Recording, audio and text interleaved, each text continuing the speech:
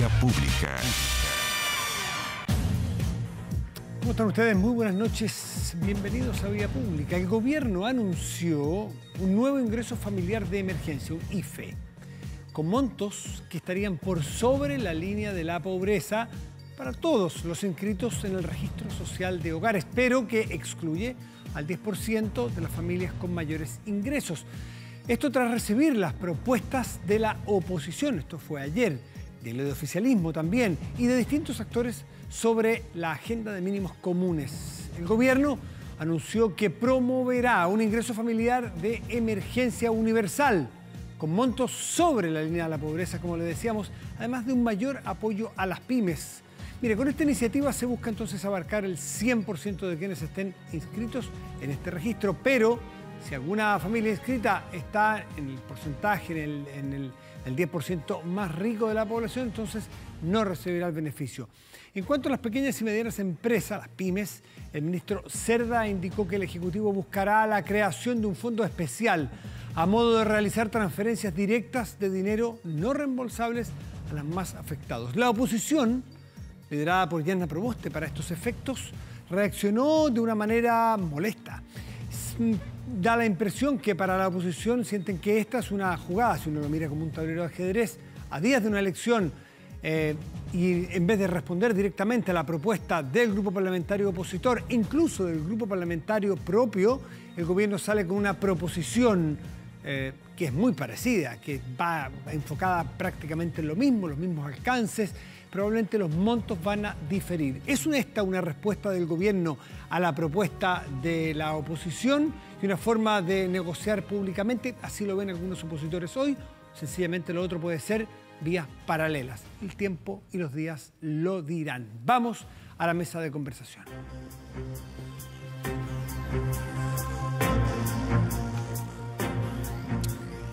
Bueno, justamente de lo que estamos hablando, de lo que se trata las ayudas sociales en esta crisis, es de monto. La voluntad es indiscutible. Todos los sectores quieren ir en ayuda a aquellas familias. El tema es la oportunidad, es el monto, los plazos, la responsabilidad de ciertas medidas, la focalización mayor o menor, la universalidad. Son conceptos, pero el fondo es el mismo.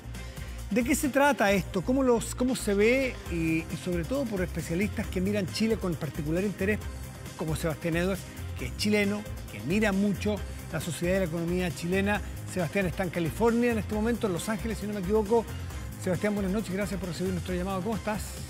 Hola, Matías, buenas noches, como siempre un gusto. Igualmente. A ver, me gustaría partir primero en el contexto en el cual estamos moviéndonos. Esta propuesta de la oposición, que no es muy distinta a la del oficialismo, de gastar aproximadamente 3.600 millones de dólares al mes por 4 meses. ¿Te parece viable? ¿Te parece responsable? ¿Te parece lo adecuado para salir de esta crisis?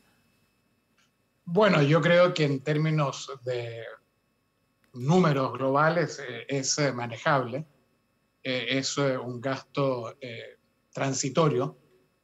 La pandemia no va a durar para siempre. Como en el segmento anterior ustedes estaban hablando, ya nosotros acá no tenemos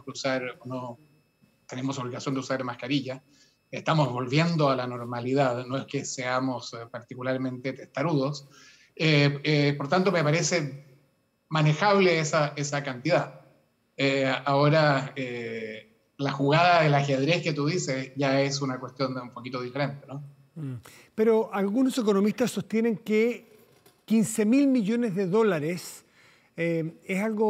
son cifras de las cuales estamos hablando de las reservas que tiene Chile, son cifras monumentales. Algunos dicen que directamente es irresponsable, otros creen que es la única solución posible para equiparar o nivelar a gente que lleva un año, muchos de ellos sin ingreso, endeudados, y que es una forma de hacer justicia. ¿Cómo lo ves tú?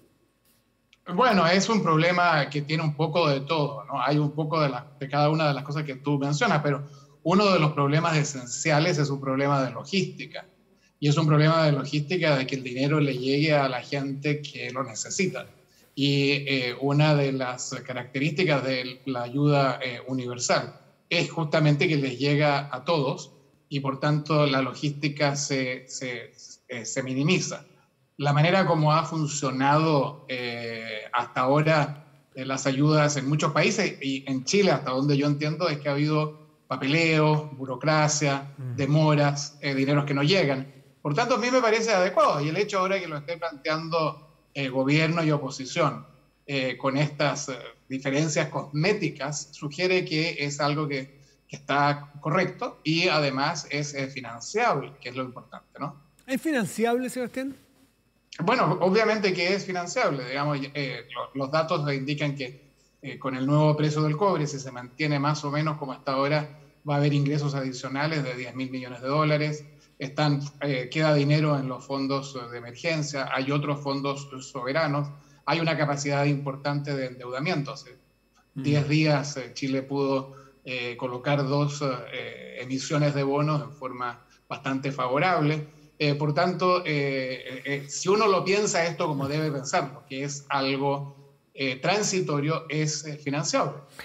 Además, déjame decir una cosa más, debiera separarse de todas las reformas ya más profundas que tengan que ver con impuestos, con royalty, en las que deben discutirse de forma seria. Y eso es una de las grandes falencias que hay en este momento, en que se está improvisando en un área que es técnicamente muy compleja y al mismo tiempo se han estado arrastrando los pies, especialmente el gobierno, en el área de la ayuda. Y esta asimetría no es... disculpa, se me salió no hay problema, esa asimetría no es algo que sea bueno para el país. Tú dices que el gobierno, no sé si te entendí bien, ha arrastrado los pies en ciertas ayudas. ¿Eso dijiste o entendí mal? Sí, claro, no, entendiste perfectamente bien. ¿En qué sentido ha arrastrado los pies? ¿Cuantitativamente o cualitativamente? Han sido ambas cosas. Ha sido logísticamente complicado, ha habido papeleos, burocracias. Tenemos que pensar que las familias más vulnerables son las que tienen más dificultades en todo el tema de administrativo, y la burocracia es abrumadora. Y en ese sentido hay un problema. El gobierno ha sido medio tacaño, esa es la verdad, y ha tenido que ir aumentando y aumentando y aumentando, y en este momento estamos en este programa que, como decías tú, es muy parecido entre las dos propuestas, ¿no? Ser tacaño tiene más que ver, bueno, es de los dos, pero tiene más que ver con lo cuantitativo, con manito de guagua, soltar poco. Pero yo creo que a lo cualitativo, ¿le ha pasado la cuenta excesivamente ideológica a este gobierno y a sus autoridades, la focalización, extremadamente focalizado para que no se desvíe ni un peso y no llegue a quien no debe llegarle ni un peso, que en tiempos normales uno supone que eso es lo correcto, pero... No es lo correcto, Matías. No es lo correcto. Ya. Eso fue lo correcto hasta hace unos 10 años atrás en Chile. La focalización es la herramienta correcta cuando los recursos son escasos y la familia o la institución que estamos hablando tiene una restricción muy seria de presupuesto. Inicialmente en Chile era correcto focalizar en los pobres. Ahora, ¿qué fue lo que pasó? Los pobres eran 56% de la población. El éxito chileno, que hubo éxito, sacó a 50% de la categoría de pobres y los puso en clase media, pero muchos de ellos en clase de media vulnerable. Muy vulnerable. La focalización siguió en los pobres, que ahora es una caja vacía prácticamente, que tiene solo 6%, y la clase media quedó con la percepción y la realidad de que estaba desamparada. Y por eso que hay mucha gente, incluyendo yo, que está hablando de programas universales, que es hacia donde en muchos países se están moviendo, y países con la capacidad financiera que tiene Chile pueden hacerlo. Ahora no significa esto que se pueda regalar toda la plata. No, pero interesante escucharlo de ti, un economista que enseña afuera, decir que era lo correcto focalizar hace 10 años, hoy no. ¿Tú crees que fueron víctimas de una nostalgia ideológica algunos miembros de este gobierno, que tú te tildaste de tacaños? Sí, no, yo creo que han tenido un terror pánico a las compañías de rating, a Standard & Poor's y Moody's. Entonces viene la pandemia, que es un desastre, y tú o alguien plantea, bueno, aquí hay que ayudar a la gente y tenemos esta capacidad de endeudamiento, y llega un señor y levanta la mano y dice, no, ¿qué va a decir Standard & Poor's? Nos van a bajar la calificación. Entonces, eso, en mi opinión, ha sido incorrecto. Hay instancias posteriores que permiten corregir lo que se produzca durante la pandemia. Además, con las tasas de interés, que a pesar que subieron ayer importantemente por el aumento de la inflación en Estados Unidos, siguen siendo tasas de interés que son menos de la mitad de lo que eran hace 5 años. Entonces, no... Sebastián, si tú crees que si se aprueba este paquete de 15.000 millones de dólares, más los que ya ha habido hacia atrás, que son similares el último año, ¿tú crees que el riesgo país, la clasificación de riesgo de Chile, se va a ver afectada o no? No sé, pero no es mi mayor preocupación. Yeah. Mi mayor preocupación es salir del atolladero donde estemos, y mi mayor preocupación es tener la visión y la convicción y el compromiso de solucionar el problema de la calificación y de la deuda y todo eso una vez que la emergencia termine. Y para eso hay que hacer cuestiones importantes como las exenciones, el royalty, etcétera. Pero eso hay que pensarlo bien. Y hay que pensarlo entre técnicos porque son cuestiones difíciles. Sebastián. Ya, entonces, cuando aparece esta cuestión de que no se puede hacer en la cocina, a mí no me importa que me estén mirando cuando yo esté haciendo las ecuaciones y discutiendo los modelos de simulación con Rodrigo Cerda. Pero esta es una cuestión de técnicos. No es una cuestión de farándula, ni es una cuestión de matinales. Están un poco devaluados los técnicos, te quiero decir, no sé hace cuánto tiempo que no vienes a Chile, pero...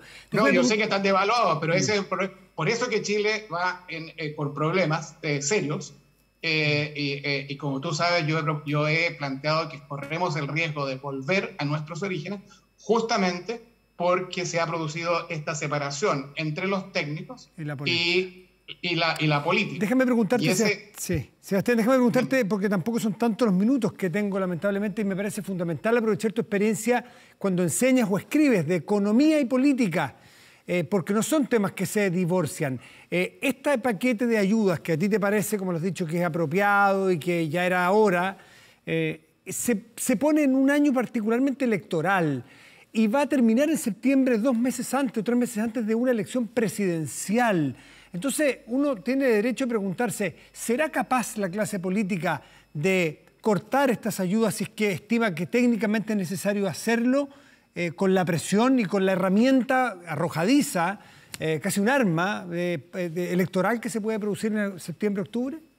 No te puedo contestar la pregunta, Matías. Yo tengo cada día peor opinión de la clase política chilena. Por tanto, ya nada me sorprende. Pero si hubieran, y supongo que todavía hay tiempo, llegado a un acuerdo y conversado y tener instancias que gatillen automáticamente, que hay ciertos indicadores que dicen, bueno, la pandemia se ha solucionado, si el desempleo baja de cierto nivel, si suceden ciertas cosas, automáticamente lo vamos a ir cortando. Pero tu experiencia. Se puede hacer. Sebastián, claro. Olvidémonos de que es Chile, olvidémonos del panorama electoral. Tu experiencia comparada, porque sé que miras muchos países y eres asesor de muchas economías en el mundo. ¿Es posible retirar o cómo se pueden retirar ayudas que son necesarias, muy necesarias y justificadas en un momento y que no queden para siempre? Que ese es uno de los temores que algunos tienen. Bueno, la manera de hacerlo es logrando acuerdos políticos y que la economía efectivamente se recupere. Y una vez que se recupera la economía, los salarios van a subir y las ayudas van a terminar. Y eso es lo que está pasando en este país, en Estados Unidos, donde las economías se están recuperando y hay estados que han terminado anticipadamente las ayudas, porque la economía se ha recuperado y no ha habido ni manifestaciones, ni destrozos, ni nada, digamos. Ahora, ese es un desafío difícil, pero de nuevo, acuerdos es necesario. Y lo que ha faltado en Chile, porque se han agarrado mala fama, es la conversación y los acuerdos. Y ahora sí lo último, ¿estás optimista tú sobre la capacidad de acuerdo que tenga la sociedad, no solo los políticos, en una convención que se inicia de alguna forma este sábado y domingo con una elección? Yo soy bastante pesimista. Y espero equivocarme. Es la primera vez o una de las pocas veces, bueno, con el fútbol también, pero es cuando pienso que la selección va a perder y espero equivocarme. pero espero equivocarme, pero soy bastante pesimista. Creo que se va a replicar, lo más probable es que se replique en la convención este aire tan enrarecido que hay en este momento en la política y en la sociedad chilena, desafortunadamente. Sebastián Edwards desde Los Ángeles, California, compartiendo la mirada, que siempre es bueno mirar el bosque desde afuera. Así que, Sebastián, muchas gracias por recibirnos en tu casa. Gracias, Matías, un gusto como siempre. Que te vaya muy bien. Hacemos una pausa y ya volvemos, espérenos. A días, a horas, se podría decir, de la elección que terminará por elegir a los miembros de la Comisión Constituyente, de la Convención Constitucional, es interesante algunos trabajos que se hacen. De partida, los que nos enseñan cómo es la votación para entenderla. Anoche tuvimos aquí a Mauricio Morales que nos explicó. Pero hay otros estudios que entran ya no solo a la forma de elegir, sino que al fondo de la temática. Estaba leyendo un artículo sobre de lo que ha hecho, en este caso, el Observatorio de Nueva Constitución, y me generó la sensación de esos mapas de calor. Disculpen el ejemplo futbolero, pero después de un partido uno ve los mapas de calor, cuáles son las zonas de la cancha más transitadas, por donde más pasaron los jugadores, dice rojo, amarillo y verde. Y yo tengo la impresión, y así leo esta suerte de mapa de calor, si uno mira las propuestas de los 1.468 candidatos, cada uno pone sus propuestas públicamente, y justamente el Observatorio de Nueva Constitución, así lo entendí yo al menos, toma todas estas propuestas y las hace pasar por este mapa de calor. ¿Para dónde va la intención? ¿Qué es lo que plantea la mayoría? ¿De quienes vayan a ser elegidos o no? Pero nos habla más o menos de qué debiéramos esperar de los temas a discutir en esta convención que debería durar 9 o 12 meses. Vamos a ver si estoy en lo correcto con esta idea del mapa de calor y cuáles serían entonces los temas fundamentales, los más tocados, los que más inquietan y que más van a estar sobre la mesa. Pamela Figueroa es investigadora del Observatorio de Nueva Constitución, politóloga y académica de la USACH. Pamela, buenas noches, gracias por estar con nosotros. Hola, buenas noches, Matías. Bien. Bueno, ustedes trataron eso, ¿no? De mirar de las propuestas de los 1.400 y tantos candidatos y candidatas. ¿De qué hablan? ¿Cuáles son sus preocupaciones para ver dónde va a estar el centro de gravedad o los centros de gravedad? ¿Es más o menos eso? ¿Y qué les dio de resultado? Sí, totalmente. Creo que tu analogía de mapa de calor que decías tú, nosotros lo llamamos mapa de contenidos, porque lo que nosotros hicimos fue que a partir de los programas que todas las candidaturas tenían que presentar, porque así lo exigía la ley, 1.468 candidatos, cada una de las candidaturas y de las listas presentaron sus programas. Entonces lo que nosotros hicimos fue comparar todos esos programas y vimos que había más de 31.000 propuestas, ¿ya? Entonces, a partir de esas propuestas, porque cada programa tenía más de una propuesta, entonces sí, claro, lo que nosotros hicimos fue separar las propuestas, identificar los temas más importantes del debate constitucional y hicimos un análisis de las frecuencias con que eran mencionadas ciertas temáticas. Entonces, a partir de eso, identificamos algunos temas que son en los que más se hacían propuestas.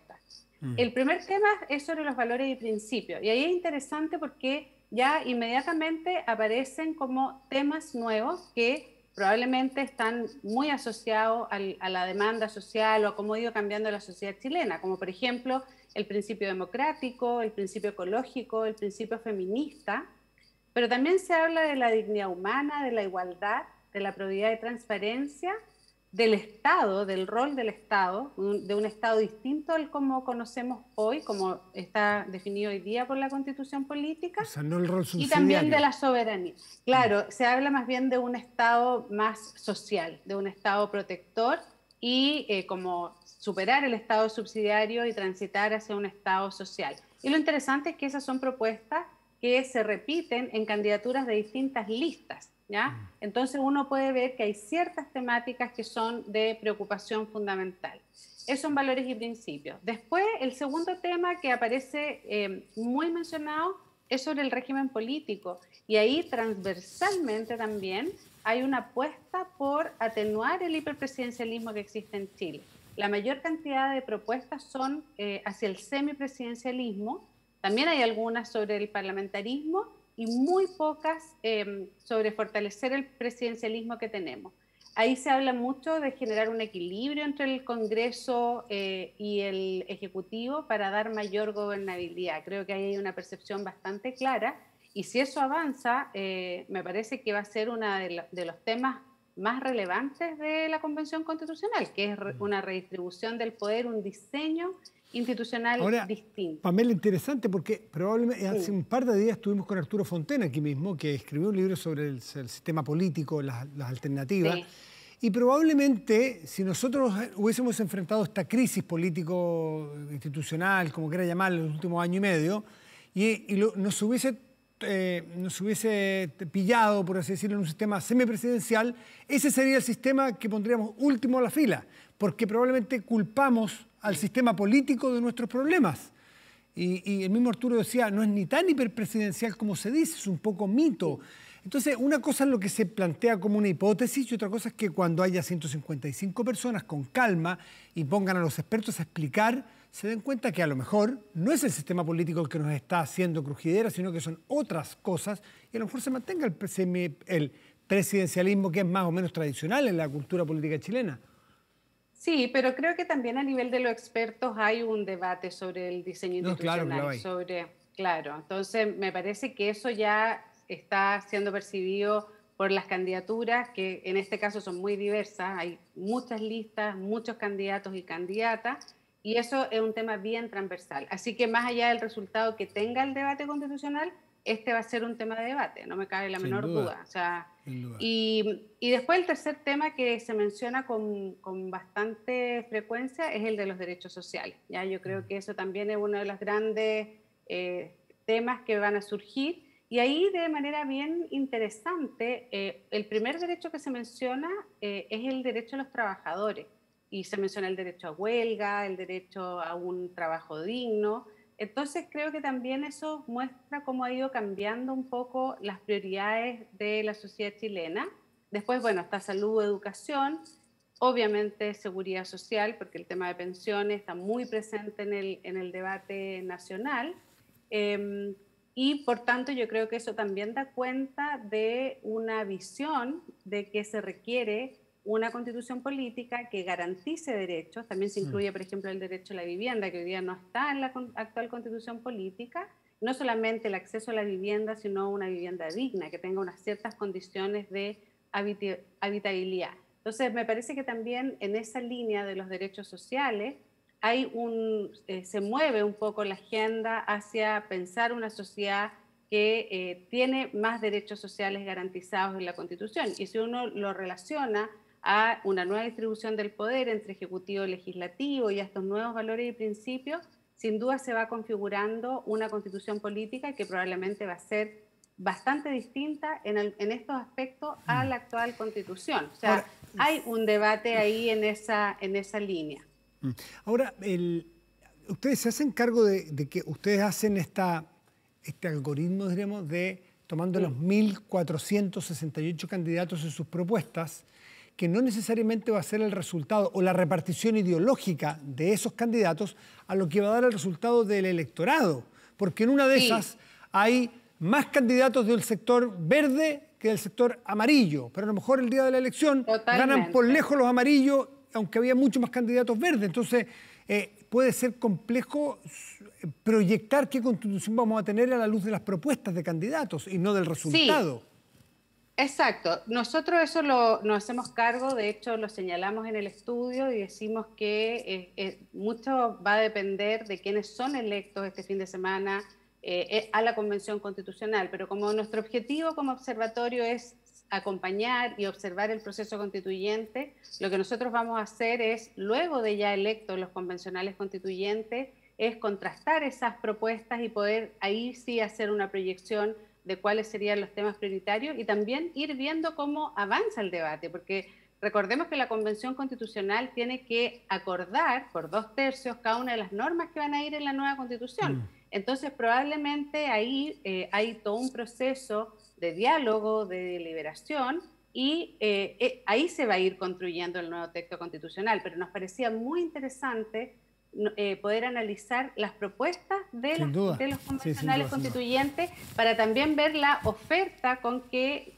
todos nos encontramos al momento de votar. Nosotros hicimos una primera observación de los perfiles y de los candidatos y veíamos que el 77% de las candidaturas no tenía experiencia política ni pública previa. Entonces ahora ya vemos que hay ciertos temas que están en el debate y luego ya vamos a poder observar y poder hacer un seguimiento y un monitoreo del debate de contenidos de la Convención Constitucional. Y nos parecía importante porque mucho se habló de que habían candidaturas y habían pocos contenidos, ¿no es cierto? Siempre se decía, ¿dónde están los temas constitucionales? Y los temas están en los programas, ¿ya? Entonces ahora hay que ver cómo eso la ciudadanía hace una opción, como bien dices tú, por candidaturas de cualquier sector, de cualquier lista, si son de partidos independientes, pero ya la Convención Constitucional tiene como este primer mapa de contenidos, que son las candidaturas y que representa el debate. Sí, interesante ver cuál va a ser la relación entre las propuestas y los resultados. En una de esas son parecidas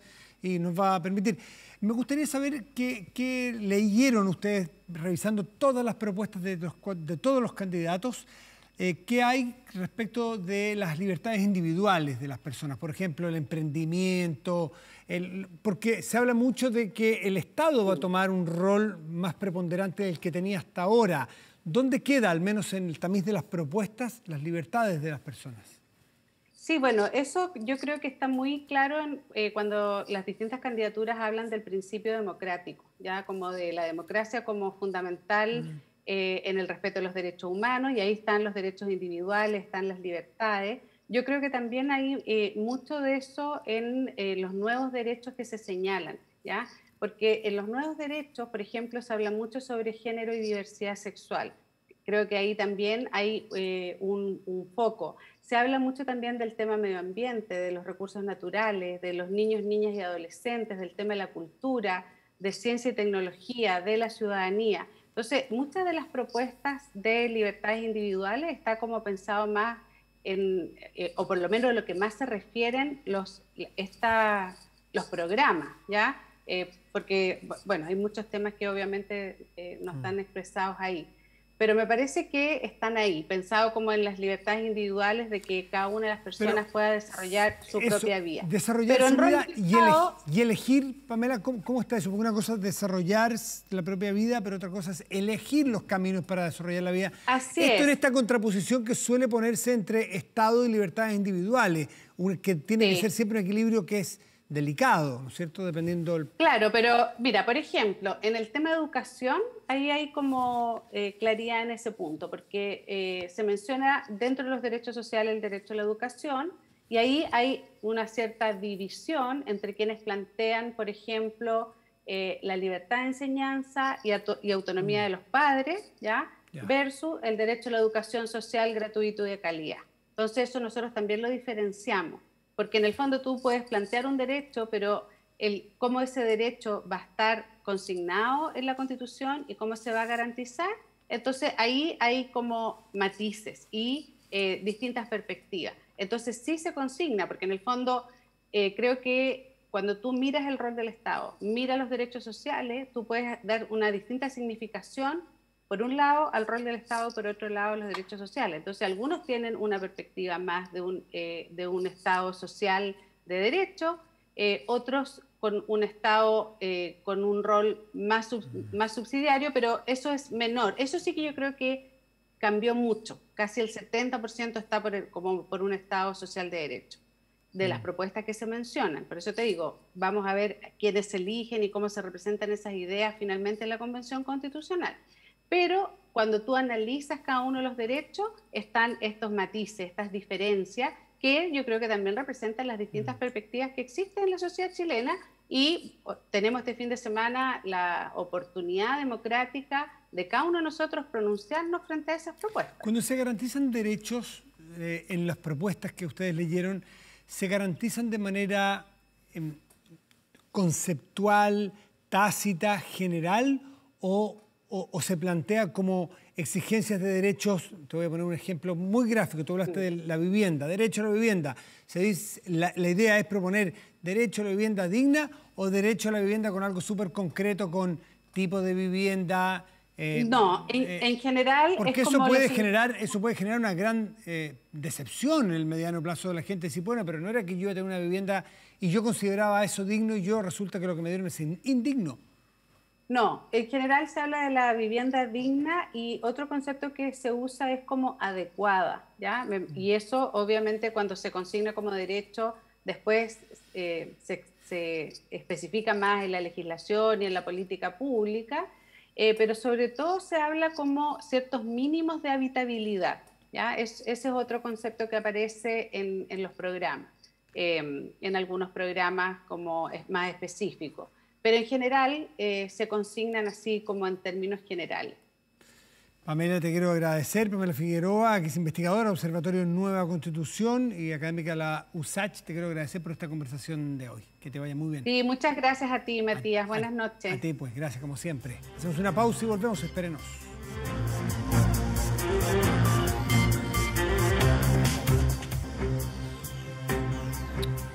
Protéjase de la delincuencia con Tepillé, vigilancia en tiempo real de cámaras de seguridad con audio disuasivo para su empresa.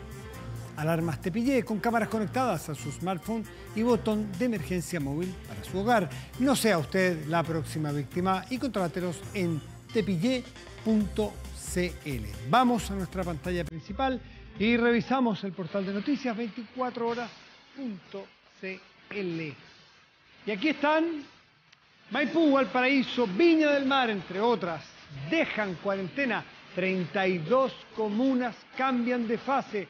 En el plan paso a paso, que lo puede revisar en pasoapaso.cl, revisa cómo está su comuna. Hay nuevos factores que determinan el avance o el retroceso de las comunas para cuarentena o para liberar la cuarentena.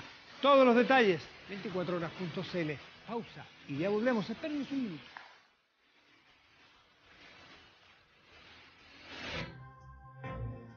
Estamos de vuelta aquí en Vía Pública para seguir revisando las informaciones.